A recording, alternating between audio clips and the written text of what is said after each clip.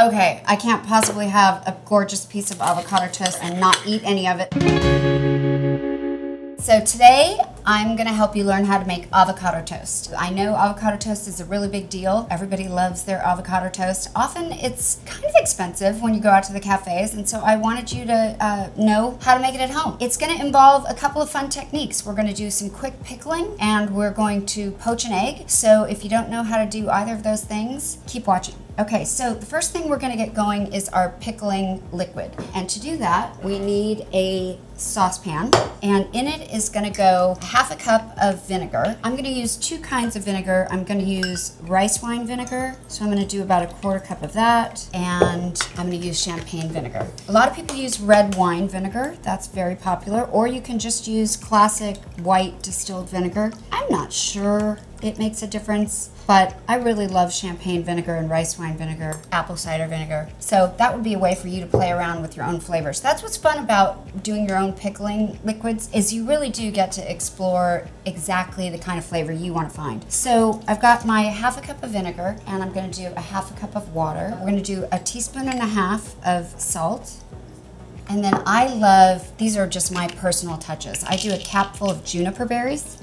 I do a capful of whole fennel seeds, and I do a capful of peppercorns, and they're sort of assorted peppercorns. There's some white and pink and black. The last thing I'm gonna add is just a teaspoon of maple syrup. Here we go, perfect. Stir that around a little bit, and then this is gonna go on the stove, and we're gonna bring it up to a boil, which should happen pretty quickly because it's not too much liquid. It's basically just vinegar and water and some herbs. You could add whole garlic into it. I actually have tried things like lychee. It gives sort of a sweetness to it. So while that's coming to a boil, we're gonna take out one of my favorite tools, the mandolin. And on the lowest level, we are going to mandolin these radishes. We're just gonna chop off the end. This is what we're gonna be pickling. We're gonna be quick pickling radishes. These are gonna be a little garnish that goes on top of our avocado toast. When you do a quick pickle, and by the way, mandolining is probably not something you should be doing while you're talking to a camera. When you do a quick pickle, get it cooling in the fridge in about 15 minutes. That's why I'm doing this first. We can make the rest of our avocado toast while it's in the fridge, and then we can use it as a garnish on the top. But you could also make this at night, and then you can just keep it in a jar for a long time. I'm not sure that pickles ever truly go bad. Okay, that's almost boiling, and we have 2 more radishes. For this amount of pickling liquid, you could probably do a lot of radishes. I'm gonna do 8. I love that they're so little. They're gonna look so pretty when we put them on top of the avocado toast. It's kind of fun, like getting a handle on new ideas, like pickling a vegetable. It kind of seems like something you would think you wouldn't be able to do, but you can. So see, that's what the radish looks like. Just little tiny, beautiful little circles. And this is now boiling. And the reason we wanted to bring it up to a boil is because we're just trying to get that salt to really dissolve. But we don't want to put this in the hot liquid. I have an ice bath here and my boiling pickling liquid. I'm just gonna set that down in there to cool. So that's cooling. The radishes are gonna stay, actually we can put them in this little, I don't have a jar. I love, an actual mason jar with a lid, but I didn't have one here, so I'm using a glass container. So I'll put the radishes in there, set it aside for a second. I think that pickling liquid's gonna cool down pretty quickly, and when it does, we'll get that in the fridge. The next piece of the puzzle is getting the bread toasted. I've got a beautiful loaf of whole grain bread here. I like it to be like a healthy size, so not too thin, maybe ½ an inch thick. That looks amazing. And we're gonna take some olive oil, spread that right on the bread. Get that all soaking in there. I'm gonna do both sides. Yum! And then that is going into the pan, and we're gonna put the pan on like a medium heat, and we're just gonna let that get brown. So while we're waiting, let's go ahead and prepare the avocado. Not sure if you know how to open an avocado, but I think this is a pretty easy way. You are going to just slice it all the way around. I wanted to show you something fun, but that seed looks like it's gonna just pop out. If it was in there more firmly, like it wasn't so ripe, I see people do this on cooking shows actually with this in their hand, and I'm just like, that is a way to chop your fingers off. I don't know why people do that, but put the avocado down, take the knife, and give it a good whack, like right into the middle of the seed. And what happens is the knife sort of embeds in the seed, and if the seed is really stuck in there, you can turn it and then you can pull it out. And then use caution and you can just sort of grab it off like that. Yeah, I saw somebody do that on a TV show once, and I just thought, oh, please, nobody learn how to do that way. So this avocado is a tiny bit disappointing, I gotta be honest. I'm gonna just sort of cut off some of these rotten spots. I like to do a cross hatch sort of a cut. See how I worked in my name there? Cross hatch. So I went 4 across, and I'm gonna do 1 down the center. And then if I take a spoon, when I scoop it out of here, it should come out in kind of nicely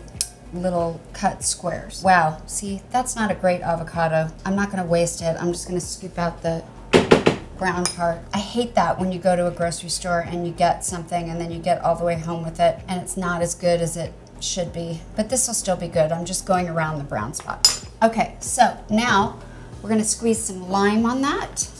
Do about a half a lime, and this is 1 avocado. So basically I'm making avocado toast for 1. This would be my breakfast. And I'm just gonna toss that around.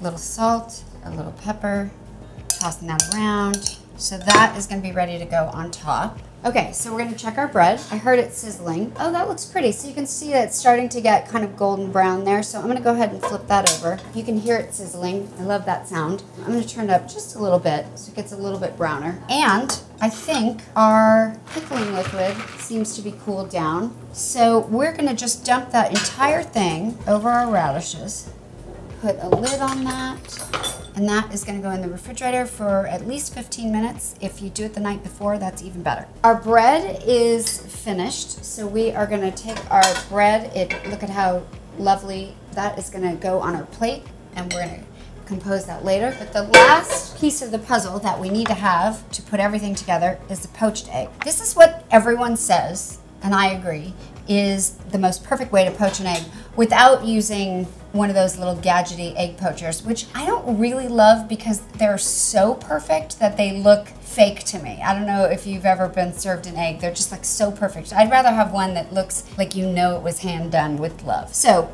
this was Julia Child's little trick that you take a pin and you poke it in the top of the egg, just a little pinhole. You are gonna put that in boiling water for 10 seconds. So you see, I've got my phone here. I'm gonna put my timer on so that I can see that it's actually gonna be 10 seconds. Okay, so we've got our egg with the pinhole, courtesy of Julia Childs. And this is a full boil. I'm putting my egg in this little thing, and I'm gonna, the second I put it in there, I'm gonna set the timer. 1, 2, 3, 4, 5, 6, 7, 8, 9, 10. I'm taking it out. Okay, it's kind of interesting to really see what 10 seconds feels like, doesn't it? Okay, so now we're gonna turn this down, probably to like a medium, and you can see right away how the boil is coming down. And the reason you want it to be sort of a more gentle boil is because you want that egg white to come together. You don't want it to be all over the place. I think that seems like it's pretty good. And this is cool enough for me to touch it now, and I'm gonna crack it and gently put this in the water. And it's really just a little bit of a game. Like, you still need it to be boiling, but not a big radical boil. Okay, so that's gonna go for 3.5 minutes. While that's happening, we can start to compose our toast.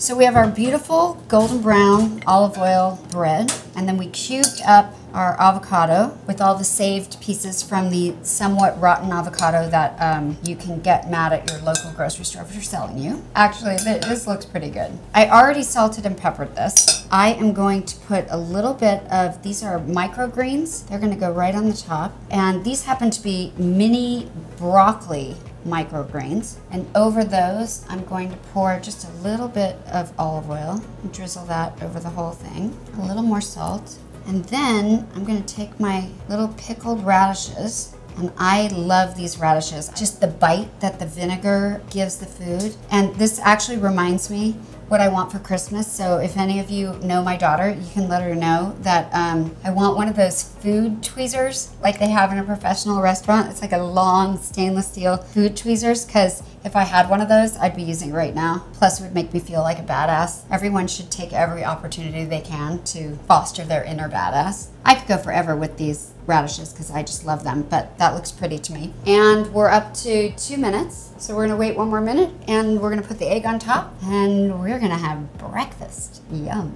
I've got my little poached egg. It's not perfect. I mean, it's perfect because it's gonna be perfect tasting. It's not perfect looking, but I actually like that. I'm just letting the water kind of drain off of that a little bit. And then that is just gonna set right there on top. Tiny bit more salt and pepper, and voila. I kind of want to cut that open for you so you can see what the yolk looks like. Let's check this baby out.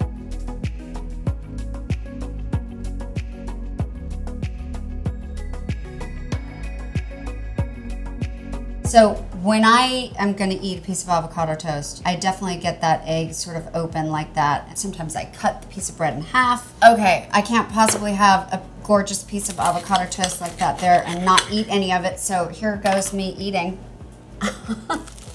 Oh my God. It's so good. You gotta eat this. You gotta make this and eat it. And subscribe to my channel because you can see more videos with yummy breakfast things like this.